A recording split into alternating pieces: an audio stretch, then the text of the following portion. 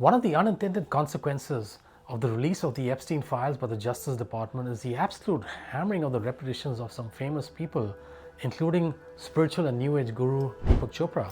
Now, Deepak Chopra is mentioned in the Epstein Files something like 3,300 times, and you're wondering, what is a spiritual guru doing with Epstein so much that he's mentioned in these files 3,300 times? Epstein was a convicted sex offender in 2008. And Deepak Chopra wrote these emails in 2016 and 17, a few years before Epstein was finally arrested in 2019.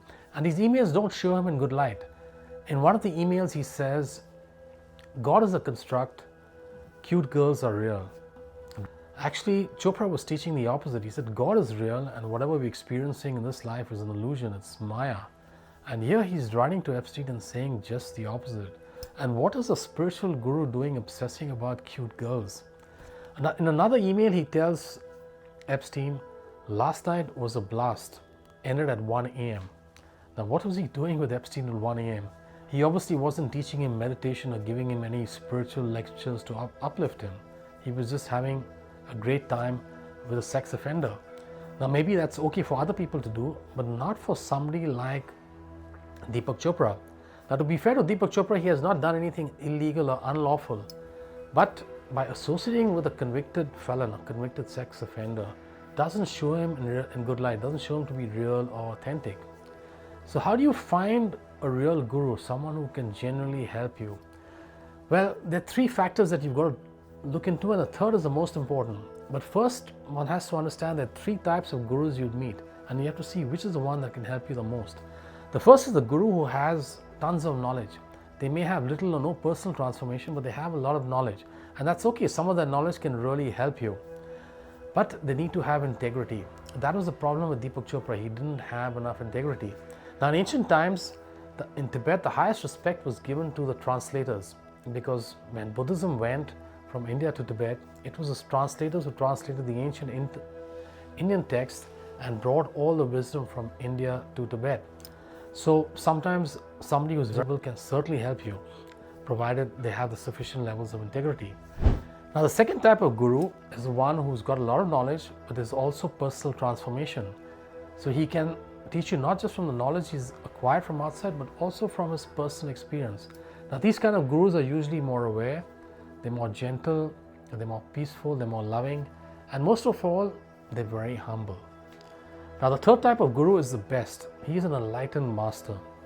Now, recent examples of that include Swami Vivekananda, Neem Karoli Baba, Ramana Maharishi. Now, these are people you can follow almost blindly. But the problem is here that enlightened masters are few and far between. It's very difficult to find one.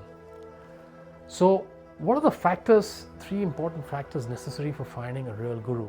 Now, the first one you've already mentioned. A real guru has to have integrity. That's a critical factor. If they don't have sufficient integrity, then it's not worth listening to them or spending time with them.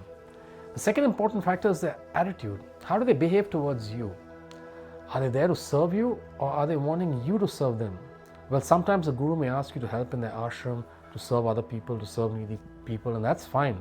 You should do service. Service is a very important way, a very important part to enlightenment. But what is the guru's attitude? Is he really there to uplift you, to look after you, to serve you?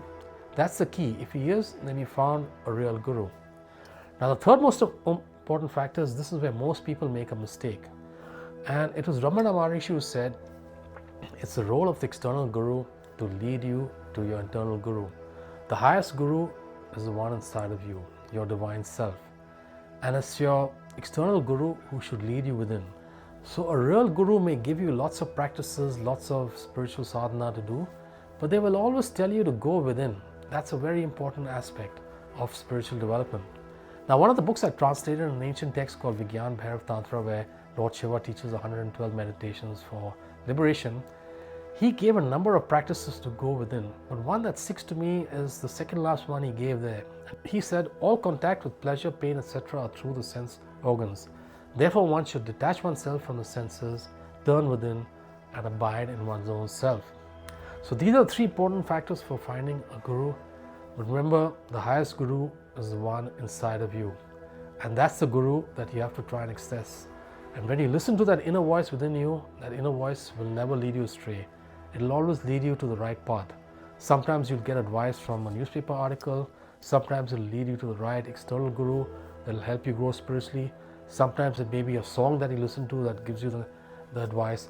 God speaks to us through various means, through various sources. So you don't only have to rely on one guru, but the one that you should always rely on is the one inside of you, your divine self. That's the real guru. Thank you.